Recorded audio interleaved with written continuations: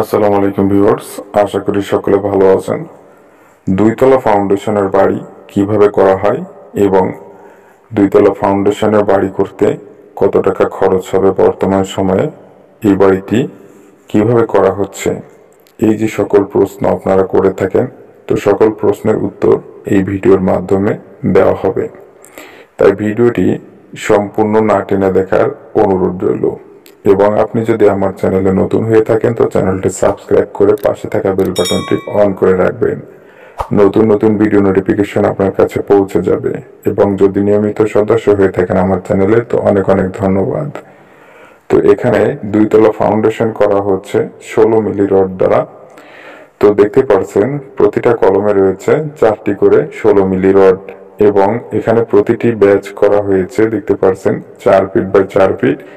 সামনের দিকে যে ফোর্স করা হচ্ছে, তো ফোর্স করার জন্য এখানে ব্যাচগুলা করা হয়েছে 3 ফিট 3 ইঞ্চি করে, 3 ফিট 3 ইঞ্চি বাই 3 ফিট 3 ইঞ্চি। এবং সামনের দিকে যে দুটি কলাম করা হচ্ছে এই দুটি কলামে ব্যবহার করা হয়েছে 12 মিলি রড, শুধুমাত্র এখানে লোড কম থাকার কারণে।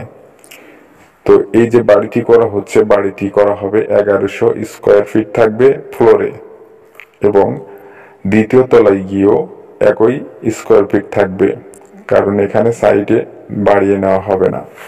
তো বাড়ি করার ক্ষেত্রে আপনার সব থেকে বেশি গুরুত্বপূর্ণ বিষয় হলো মেজারমেন্টে যদি আপনি ভুল করেন তাহলে সেই বাড়িটি সৌন্দর্য হবে না এবং আপনার যে খরচের যে হিসাবটি সেটি অতিমাত্রায় বেশি হয়ে যাবে। যার কারণে বাড়ি করার আগে এই মেজারমেন্টগুলো করেই আপনার বাড়ির কাজটি করতে হবে। তো দেখতে পাচ্ছেন বাড়িটি শর্ট কলাম করে রাখা হয়েছে, এখন গ্রেড বিম করা হবে। তো শর্ট কলামগুলো করা হয়েছে 12 ইঞ্চি বাই 12 ইঞ্চি করে। এখন যে গ্রেড বিমটি করা হবে এখানে, তো গ্রেড বিম থাকবে হাইটের দিকে 12 ইঞ্চি এবং প্রতিটা কলামের উপর দিয়ে যাবে 10 ইঞ্চি করে। এভাবেই এই বাড়ির গ্রেড বিমটি করা হবে এবং গ্রেড বিমেও থাকবে 4টি করে 16 মিলি রড। তো এটাই দেওয়ার পরেও এই বাড়িটি 2 তলা করতে কোনো প্রকার সমস্যা থাকবে না। তো দেখেন এখানে বাড়িটির ফ্লোর প্ল্যানটি দেওয়া হয়েছে। তো কোথায় কি করা হচ্ছে, কারণ আপনি এভাবে বুঝতে পারবেন না ফ্লোর প্ল্যানটি না দেখে। তো এই বাড়িটির সামনের দিকে এখানে ফ্লোর প্ল্যানে করা হয়েছে 7 ফিট বাই 8 ফিট, কিন্তু এখানে হবে এখন 9 ফিট বাই 10 ফিট ফোর্সটি। এখান থেকে থাকবে স্টার রুমটি, তো এটি থাকবে 12 ফিট বাই 8 ফিট। এখানে থাকবে কিচেন রুমটি 12 ফিট বাই 6 ফিট 7 ইঞ্চি করা হবে এটি, এবং এখানে বেডরুমটি হবে 12 ফিট বাই 14 ফিট। এখানে থাকবে ডাইনিং রুমটি, তো ডাইনিং রুম হবে 12 ফিট বাই 6 ফিট 7 ইঞ্চি এবং এই সাইটের যে বেডরুমটি করা হচ্ছে, তো এই বেডরুমটি 12 ফিট বাই 11 ফিট করা হচ্ছে। এখানে ডাইনিং রুমের সঙ্গে রয়েছে অ্যাটাচড একটি toilet 5 feet 5 inch by 4 feet রয়েছে।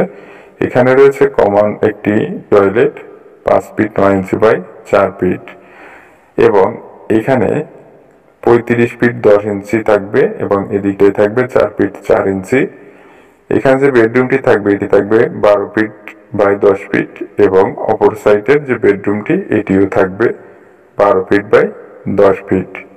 বাড়িটি দৈর্ঘ্যপ্রস্থ এদিকটাই থাকবে 30 ফিট এবং এদিকটাই থাকবে 34 ফিট 8 ইঞ্চি।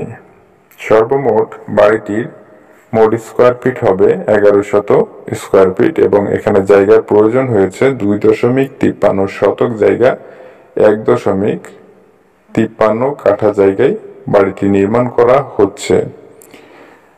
তো ভিউয়ার্স, আপনি যখন বাড়ির কাজটি শুরু করবেন তখন এই মেজারমেন্টগুলো অবশ্যই আপনার করেই বাড়ির কাজটি করার প্রয়োজন হবে এবং ফাউন্ডেশন সম্পর্কে সঠিক ধারণা নিয়ে বাড়ির কাজটি শুরু করবেন। অন্যথায় আপনি যদি অন্যের উপর নির্ভরশীল হয়ে বাড়ির কাজ শুরু করতে যান তাহলে বড় ধরনের একটি ধোঁকায় পড়তে পারেন, যার কারণে নিজের আগে থেকেই কিছুটা হলেও ধারণা নিতে হবে।